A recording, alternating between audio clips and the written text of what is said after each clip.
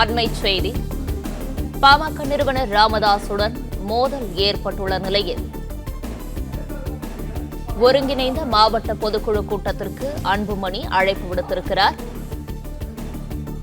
பாமக நிறுவனர் ராமதாசுடன் மோதல் ஏற்பட்டுள்ள நிலையில் ஒருங்கிணைந்த மாவட்ட பொதுக்குழு கூட்டத்திற்கு அன்புமணி ராமதாஸ் அழைப்பு விடுத்திருக்கிறார்.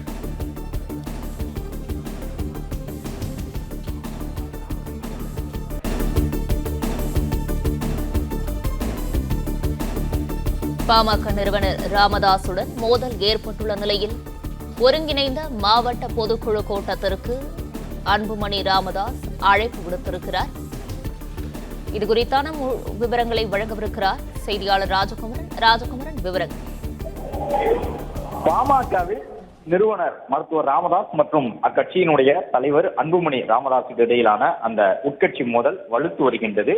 இந்த நிலையில்தான் தொடர்ச்சியாக அன்புமணியை பதிலடி தரக்கூடிய விதமாக ராமதாஸ் அன்புமணி ஆதரவாளர்களாக இருக்கக்கூடிய நிர்வாகிகளை அடுத்தடுத்து நீக்கி வருகின்றார் பாமகவில் இருந்து.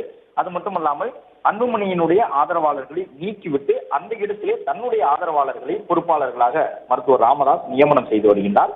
இந்த நிலையில் மருத்துவர் ராமதாஸுக்கு பதிலடி தரக்கூடிய விதமாக அன்புமணி என்ன செய்வார் என்று அரசியல் ரீதியாக எதிர்பார்க்கப்பட்ட நிலையில் பொதுக்குழுவை கூட்டுவதற்கு அன்புமணி தயாராகி இருக்கின்றார்.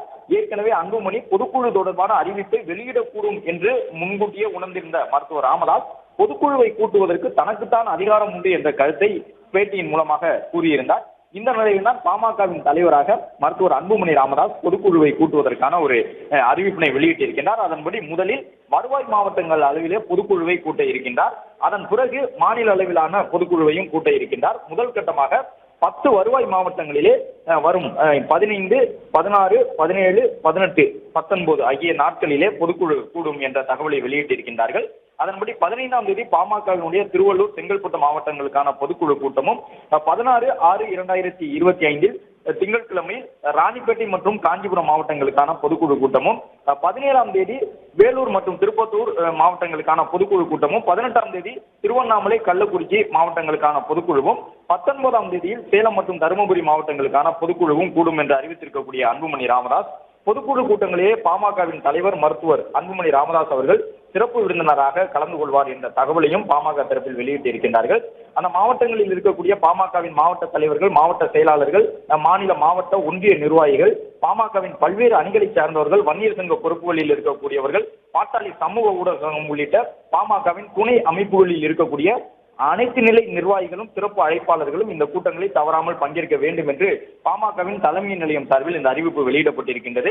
இன்று காலை முதலே மருத்துவர் ராமதாஸ் பல்வேறு முக்கிய நிர்வாகிகளை பாமகவில் இருக்கக்கூடிய வழக்கறிஞர் பாலு உள்ளிட்டவர்களை கட்சியிலிருந்து நீக்குவதாக அறிவித்திருந்தார்.